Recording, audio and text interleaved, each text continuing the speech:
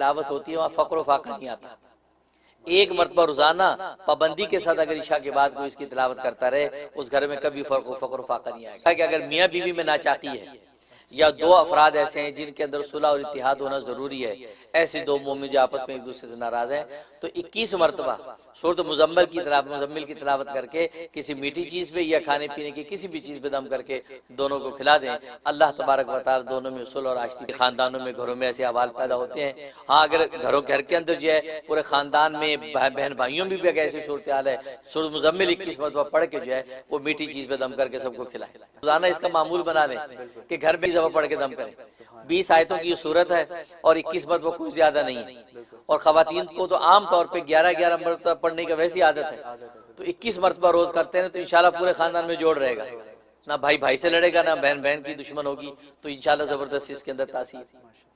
اور ایک اس کے اندر بڑی زبردست بات لکھی ہے کہ آپ اگر دفتر میں ملازمت کرتے ہیں یا کسی جگہ جاب ہے یا کسی حاکم کے پاس جانا ہے تو وہاں آپ پر جو ہے یہ خطرہ ہے کہ ان کی طرف سے آپ پر زیادتی ہوگی یا یہ کہ آپ کو عزت نہیں ملے گی. دعوت کر کے آپ اپنے بدن پہ دم کر کے جایا کریں اپنے آفس، تو انشاءاللہ آپ کو جو ہے ایسی بے مثال عزت ملے. کوئی باس آپ پر زیادتی نہیں کر سکے گا اور جو مقصد ہوگا اس جو مقصد لے کر آپ جائیں گے دفتر، وہ مقصد آپ کا پورا ہوگا. اور خاص طور پہ انٹرویو وغیرہ جب ہوتے ہیں، لوگ جابز کے لیے انٹرویو دیتے ہیں، تو جناب اس کو اسی طریقے سے تلاوت کریں. پہلا رکوع جو 21 مرتبہ، دوسرا رکوع 11 مرتبہ تلاوت کر لیں اور تلاوت کر کے جو ہے وہ اس کے بعد انٹرویو پہ جائیں. انشاءاللہ عزت ملے گی اور انٹرویو میں کامیاب ہو جائیں گے. اور ایک یہ کہ اگر بیمار ہے اس بیمار پر روزانہ 11 مرتبہ اگر تلاوت کرتے رہیں اور پانی دم کر کے اس بیمار کو پلاتے رہیں، تو جو بیماری ڈاکٹروں کو سمجھ نہیں بھی آ رہی، اللہ تبارک و تعالیٰ اول تو ڈاکٹروں کو سمجھا دیں گے، ان پہ القاء ہو جائے گا کیا مسئلہ ہے.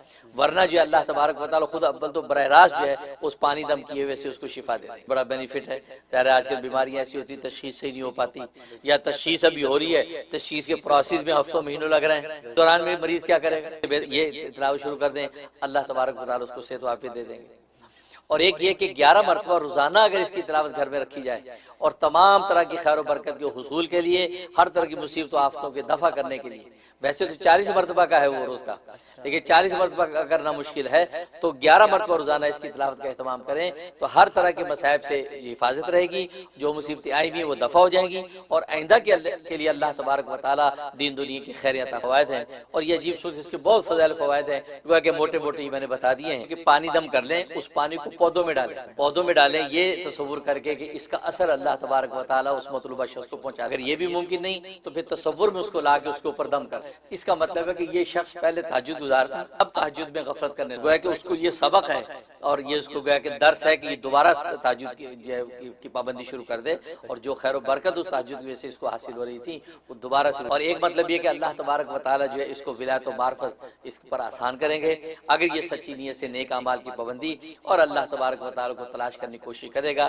اور ہر عبادت اللہ کی محبت کے حصول کی نیت سے کرے. یا اللہ کی تیری محبت مجھے اس لیے میں عبادت کر رہا ہوں، تو اللہ تبارک و تعالیٰ اس کو ولایت و معرفت. اور ایک مطلب یہ کہ اس پر تنگ دستی آئے گی، رزق کی تنگی آئے گی اور اس کو عزت اور جو ہے اس کے وجاہت کے حوالے سے مشکلات پیش آئیں گی، لیکن وہ وقتی ہوں گی. سورۃ مزمل کی تلاوت کا اہتمام کرتا رہے، اللہ سے دعا مانگتا رہے، اللہ تبارک و تعالیٰ وہ جو ہے اس کی یہ ساری آزمائش ختم کر دیں گے. پھر سے اللہ تبارک و تعالیٰ رزق کی فراوانی کر دیں گے اور عزت و مرتبہ اس کو عطا سے ہے. قطع کا معنی کاٹنا، الگ الگ کرنا، جدا جدا کرنا. اس کو اس لیے حروف مقطعات کہتے ہیں کہ جب ان کو پڑھا جاتا ہے تو الگ الگ کر کے پڑھا جاتا ہے، ملا کے نہیں پڑھا جاتا. اب الف لام میم کو علم نہیں پڑھ سکتے، علم نہیں، بلکہ کہیں گے الف لام میم، گویا کہ الگ الگ کر کے پڑھیں گے، اس لیے ان کو حروف مقطعات کہتے ہیں. تو حروف مقطعات سے اللہ تبارک و تعالی نے سورۃ بقرہ کو شروع کیا. اور آپ جانتے ہیں کہ یہ حروف تہجی ہیں، یہ حروف مقطعہ الف با تا سا. اور عجیب بات یہ کہ یہ حروف تہجی الفابیٹ یہ 29 ہے، 29 عربی میں. جیسے اے بی سی ڈی ہوتا ہے، الف بے تے سے ہوتا ہے، اسی طریقے سے الف با تا سا یہ 29. اور عجیب بات یہ ہے کہ اللہ تبارک و تعالی نے قرآن کریم کی 29 سورتوں کو اس الف لام میم سے حروف مقطعات سے شروع کیا. 29 حروف تہجی ہیں اور 29 سورتوں کی ابتدا اللہ تبارک و تعالی نے حروف مقطعات سے کی. 29.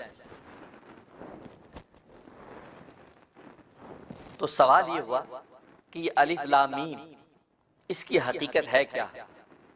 اس لیے کہ الف لام میم کا کوئی ترجمہ نہیں ہے، اللہ و رسول عالم، اللہ اس کے رسول ہی جانتے ہیں، اس حقیقت سے بندے واقف نہیں۔ فرمایا الف لام میم ذالک الکتاب لا ریب فیہ، یہ وہ کتاب ہے کہ جس میں کوئی شک و شبہ نہیں ہے، ھدی للمتقین، ہدایت ہے تقوی والوں کے لیے، یہ ارشاد ہے۔ اب سوال یہ کہ الف لام میم کیا چیز ہے؟ اس میں مفسرین کے مختلف اقوال ہیں۔ ایک قول یہ کہ الف لام میم یہ خود اللہ کا نام ہے، اللہ کے اسماء میں سے ایک اسم ہے، لہذا اللہ نے اپنے نام سے اس کو شروع کیا۔ تو سوال یہ ہوا کہ اللہ کا نام ہے تو اللہ کے 99 نام جو احادیث میں مشہور آتے ہیں ان میں سے کوئی نام الف لام میم نہیں ہے، تو یہ الف لام میم کہاں سے آیا؟ اس کا جواب جو امام رازی رحمۃ اللہ علیہ نے اور ابن کثیر رحمہ اللہ تعالی نے دیا کہ اصل میں یہ تو مشہور نام ہے 99، اس کے علاوہ اللہ تبارک و تعالی کے صفاتی نام تقریباً 5000 ہیں، 5000۔ اور علامہ سیوطی نے ایک روایت نقل کی کہ 35000 ہیں، 35000 اللہ کے صفاتی نام ہیں۔ تو اللہ کے بہت سے صفاتی نام ہیں، ان میں سے الف لام میم بھی اللہ کا کوئی صفاتی نام ہے۔ اور دوسرا قول یہ کہ الف لام میم خود قرآن کا ایک دوسرا نام ہے، تو گویا کہ اللہ تبارک و تعالی نے اس سورت کو قرآن کے ایک اور نام سے شروع کیا، تو الف لام میم گویا کہ یہ قرآن کا ایک دوسرا نام ہے۔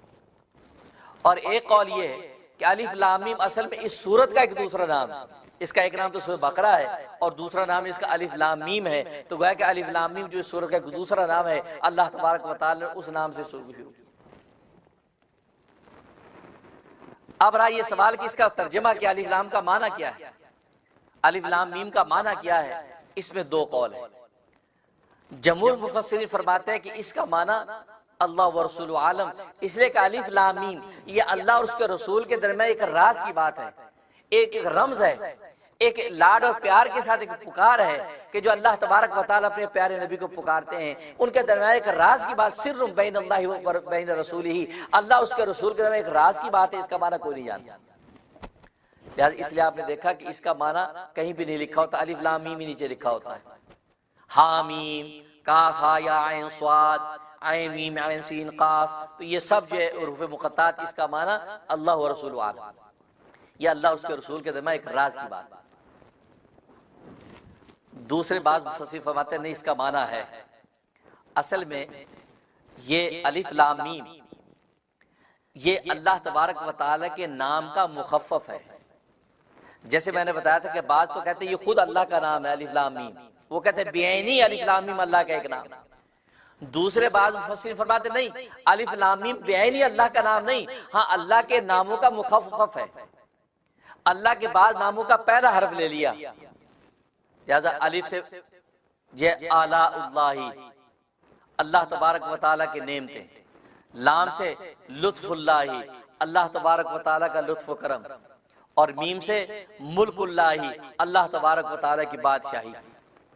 تو گویا کہ اللہ تبارک و تعالیٰ کی یہ تین ناموں کی صفات کی طرف اشارہ کر رہا ہے، آلاء اللہ اور لطف اللہ اور ملک اللہ۔ اور ایک قول یہ کہ الف سے مراد اللہ اور لام سے مراد اللہ تبارک و تعالیٰ کا نام مالک، اللہ تبارک و تعالیٰ مالک ہیں، اور میم سے مراد مقتدر قدرت والا، تو گویا کہ اللہ تبارک و تعالیٰ کے مختلف ناموں کی طرف اشارہ کر رہا ہے۔ اور ایک قول یہ ہے کہ الف لام میم، الف سے مراد اللہ، لام سے مراد جبرائیل کہ جبرائیل کے نام میں سے لام لے لیا، اور میم سے مراد محمد، تو گویا کہ اشارہ اس بات کی طرف کر دیا کہ اللہ کی طرف سے یہ کلام جبرائیل کے واسطے سے محمد کے سینے پر اتارا گیا، اللہ کی طرف سے یہ کلام جبرائیل کے واسطے سے محمد صلی اللہ علیہ وسلم کے سینہ انور پر اتارا گیا، یہ الف لام میم کیا، اس لیے فرمایا الف لام میم۔ اب رہا یہ سوال کہ آخر ایسا کلمہ لانے کی ضرورت کیا تھی کہ جس کلمے کا معنی ہی پتہ نہیں ہے، کیونکہ جمہور مفسرین تو کہتے ہیں الف لام میم یہ اللہ تبارک و تعالیٰ کا ایک راز ہے جو محمد صلی اللہ علیہ وسلم ہی جانتے ہیں، تو آخر ایسا کلمہ لانے کی ضرورت کیا تھی کہ جس کا معنی ہی پتہ نہ ہو، کیونکہ یہ تو کتاب ہدایت ہے، جب کلام کے معنی کو سمجھیں گے تو سامنے والے ہدایت پائیں گے، اور یہاں اس کا معنی ہی پتہ نہیں تو ہدایت کیسے پائیں گے؟ اس کا جواب یہ کہ اصل میں یہ الف لام میم یا اس طرح کے جتنے حروف مقطعات ہیں یہ مشرکین مکہ کو چیلنج ہے، یہ اصل میں ان کو چیلنج، یہ تحدی ہے ان کو حروف مقطعات۔ کیوں؟ اس لیے کہ جب قرآن مجید نازل ہوا تو کفار و مشرکین نے اعتراض کیا کہ یہ محمد اپنی طرف سے کلام بنا کے لاتے ہیں، یہ اس کی اللہ کی طرف سے کلام نہیں ہے کہ محمد صلی اللہ علیہ وسلم اپنی طرف سے بنا کے لاتے ہیں۔ اس پر اللہ تبارک و تعالیٰ نے چیلنج کیا تھا کہ اگر یہ محمد صلی اللہ علیہ وسلم اپنی طرف سے بنا کے لاتے ہیں تو 4 چیلنج کیے تھے۔ سب سے پہلے چیلنج کیا تھا تو مثلی حاضر قرآن، کہ تم اس قرآن جیسی مثل بنا کے تم دکھا دو، کیونکہ یہ بھی تمہارے معاشرے کے ایک انسان ہے، یہ اب ایسا محی العقول کلام تمہیں پیش کر رہا ہے، ایسے عجیب و غریب کلام تمہارے سامنے لا رہا ہے، تو تم تو بڑے بڑے شاعر ہو، ادیب ہو، بڑے بڑے فصیح و بلیغ قسم کے جو ہے وہ لکھاری ہو، تو تمہیں اتنی تاب ہے تم قرآن جیسے قرآن بنا کے لاؤ۔ جبکہ محمد صلی اللہ علیہ وسلم تو امی ہیں، ان کا تو دنیا میں کوئی استاد ہی نہیں ہے، انہوں نے دنیا میں کسی سے پڑھا ہی نہیں ہے، پھر بھی ایسا کلام پیش کر رہے ہیں، ایسا قرآن کریم لے کے آ رہے ہیں، تو معلوم ہے کہ واقعی اللہ تبارک و تعالی ان کے سینہ انور پر نازل کرتے ہیں اور ان کی زبان سے جاری فرماتے ہیں، تم لے آؤ۔ ظاہر ہے کہ قرآن جیسا قرآن کہاں لا سکتے تھے، تو اللہ تبارک و تعالی نے چیلنج کو ذرا اور نیچے نزول فرمایا کہ چلو 10 صورتیں قرآن جیسی بنا کے لے آؤ، 10 قرآن کریم جیسی صورتیں بنا کے لے آؤ۔ ظاہر ہے کہ اس کو پورا نہ کر سکے تو فرمایا فاتو بی سورۃ من مثلی، کہ اس کی مثل 100 بنا کے لے آؤ، 100 اس کی مثل بنا لے۔ اب انا اعطیناک الکوثر ایک صورت ہے چھوٹی سی 3 آیتوں کی، ایسی 100 بنا کے لے آؤ۔ لکھا ہے کہ ابو جہل نے کوشش کی کہ میں بناتا ہوں ایک صورت، اسے سورۃ فیل کے مقابلے میں صورت بنائی، سورۃ فیل کے مقابلے میں صورت اسے بنائی، کہتا الفیل مل فیل، ہاتھی کیا ہے، ہاتھی مل فیل، ہاتھی کیا ہے، وما ادراک مل فیل، اور تجھے کیا معلوم کہ ہاتھی کیا ہے، یہ صورت بنا رہا ہے، الفیل مل فیل وما ادراک مل فیل۔ اس کے بعد کہتا ہے لہو خرطوم طویل و ذنب وبیل، کہ اس کی لمبی سوڑ ہوتی ہے چھوٹی دم ہوتی ہے، یہ ہاتھی ہوتا ہے۔ یہ صورت بنا کے مارکیٹ میں لے آیا، خوب جوتے کھائے لوگوں سے، لوگوں نے کہا بھائی نہ ہی بناتا تو اچھا، بھائی یہ کون سی صورت بنائی بھائی؟ سورہ فیل کے اندر تو مضامین، حقائق، معارف، وزن، اس کے اندر بات ہی الگ ہے۔ الم تر کیف فعل ربک باصحاب الفیل، وہ تو کلام ہے بھائی، اسے مغز ہے، تو یہ کیا لے الفیل مل فیل وما ادراک مل فیل لہو خرطوم طویل وذنب وبیل، یہ کیا صورت ہے؟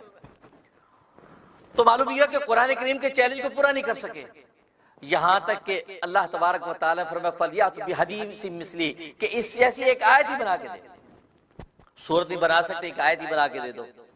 اس لیے کہ اصل میں کفار و مشرکین کے اندر، مکہ کے اندر یہ چیلنج کرنے کا بڑا رواج تھا، اگر کوئی نظم لکھتا، کوئی شعر لکھتا تھا تو وہ بیت اللہ کے دروازے پہ ٹانگ دیتا اور کہتا کوئی مائی کا لال ہے کہ سورج غروب ہونے سے پہلے اس کا توڑ لکھے، اگر غروب کے بعد لکھتا تو کہا سورج نکلنے سے پہلے اس کا توڑ لکھ دے، کوئی مائی کا لال ہے، چیلنج کرتے تھے۔ اس لیے کہ شعر و شاعری کے اندر اور علم ادب کے اندر کمال پر تھے۔ 9 سال کی بچیاں 90 اشعار کے قصیدے برجستہ پڑھ دیتی تھی، یہ حالت تھی۔ تو اللہ تبارک و تعالی نے بھی وہی دستور رکھا، اللہ تبارک و تعالی نے بھی قرآن کریم کے حوالے اسی طرح چیلنج کی جیسے وہ اپنے کلام پہ چیلنج کرتے ہیں۔ اللہ نے فرمایا کہ تم بھی ایسا ایک کلام بنا کے لاؤ، تم بھی ایسی صورت بنا کے لاؤ، تم بھی ایسی آیت بنا کے لاؤ۔ ظاہر ہے کہ کوئی نہیں لا سکا، اور یہ قیامت تک اللہ تبارک و تعالیٰ کا چیلنج باقی ہے۔ اور آج دنیا آسمانوں میں پرندوں کی طرح اڑتی ہے، دریاؤں میں مچھلیوں کی طرح تیرتی ہے، دوڑنے والے پانی کے جراثیم گن لیتی ہے، صحراؤں کے ذروں کو چن لیتی ہے، درختوں کو پتوں کو شمار کر لیتی ہے، فضاؤں اور آسمانوں کو سر کردہ نظر آتی ہے، اس کو مسخر کر لیتی ہے، لیکن ان کا چیلنج آج بھی اللہ تبارک و تعالیٰ کا اس سائنس اور ٹیکنالوجی کی دنیا کو باقی ہے کہ اس قرآن جیسی ایک آیت بنا کے دکھا۔ اور خدا کی قسم اگر آج یہ دنیا اس قابل ہوتی کہ ایک آیت قرآن جیسی بنا سکتی تو قرآن کے چیلنج کو ضرور توڑتی، کہ جنہوں نے اپنے اپنے وقت میں اور آج کے دور میں بھی دیکھو اسلام پر، پیغمبر اسلام پر کیا کیا تہمتیں نہیں لگائیں، کیا کیا اعتراض نہیں کیے، اسلام کو کیسے کیسے زخمی نہیں کیا، محمد کی ناموس کو کس کس طرح زخمی نہیں کیا، اور کس کس طریقے سے اسلام اور اس قرآن پر اعتراضات نہیں کیے، قرآن کی ایک ایک آیت پر اعتراضات کیے ہیں۔ لیکن اگر ان کے اندر یہ تاب ہوتی کہ قرآن جیسے ایک آیت بنا کے قرآن کے چیلنج کو توڑ دیتے اور قرآن کو جھوٹا ثابت کر سکتے تو آج بہت پہلے کئی سو سال پہلے یہ کر چکے ہوتے، لیکن یہ قیامت تک نہیں کر سکتے۔ یہ قرآن کریم کا قوار، اس لیے قیامت تک کے لیے چینج کر دیا۔ فلیاتوا بحدیث مثلی، کہ اس جیسی ایک آیت ہی بنا کے دکھا دو۔ اور اپنے اپنے وقت میں جرمنی کے اندر اس پر تجربات ہوئے، بڑے بڑے ادیب اور بڑے بڑے فصیح و بلیغ لوگ مصر سے ہائر کیے گئے کہ جن کو کہا گیا کہ اس قرآن کریم کو دیکھو اور اس کے اندر کوئی ایک غلطی، ایک نقص نکال کے دکھا دو، کوئی اس کی فصاحت و بلاغت کے حوالے سے، ادب کے حوالے سے، عربیت کے حوالے سے۔ وہ 500 ماہرین کئی سال تک بیٹھے رہے، لیکن قرآن کریم میں سے وہ ایک نقطہ بھی نہیں نکال سکتے۔ اللہ کیا کرا، تبھی تو اللہ تبارک و تعالی نے چیلنج کیا، اور آج تک یہ چیلنج باقی ہے۔ میں تو کہتا ہوں کہ آج اسلام پر تہمتیں لگانے والے، اسلام کو جھوٹا مذہب کہنے والے، محمد صلی اللہ علیہ وسلم کی ناموس کو تار تار کرنے والوں کے لیے بس ایک ہی بات ہے کہ یہ قرآن کریم جس نے 1400 سال پہلے تمہیں چیلنج کر دیا تھا کہ اس جیسی ایک آیت بنا کے دکھا دو، ایک سورت بنا کے دکھا دو، 10 سورتیں بنا کے دکھا دو، اس جیسے کلام لا کے دکھا دو، تو تمہیں کچھ کرنے کی ضرورت نہیں، تمہیں مسلمانوں پر ظلم ڈھانے کی ضرورت نہیں، ان کو ظلم و ستم کی چکی میں پیسنے کی ضرورت نہیں، ان کے پیغمبر کی ناموس کو تار تار کرنے کی تمہیں ضرورت نہیں۔ تم قرآن جیسی ایک آیت آج بنا کے دکھا دو، قرآن جیسی ایک سورت بنا کے اس قرآن کے چیلنج کو توڑ دو، آج ہم ہار مان لیں گے، آج ہم اپنے آپ کو جھوٹا مان لیں گے، آج ہم شکست مان لیں گے اور کہیں گے تم سچے ہو، ہم جھوٹے ہیں، تم ہمارے قائد، ہم تمہارے پیچھے پیچھے چلنے والے۔ لیکن نہیں، تم ایڑی چوٹی کا بھی زور لگا لو تو قرآن کریم کے اس چیلنج کو توڑ نہیں سکتے۔ اس لیے فرمایا الف لام میم۔ تو یہ الف لام میم اس لیے ذکر فرمایا کہ اللہ تبارک و تعالیٰ ان فصاح، ان بلغا، ان ادبا کو یہ بتا رہے ہیں کہ ارے تم قرآن جیسی ایک آیت نہیں بنا سکے، قرآن جیسی کوئی سورت نہیں بنا سکے، یہ محمد جو کلام بنا کے لاتے ہیں، یہ محمد جو الفابیٹ استعمال کرتے ہیں، جو حروف تہجی استعمال کرتے ہیں، یہ کوئی دوسری زبان کی حروف تہجی نہیں، یہ وہی حروف تہجی ہیں کہ جس کو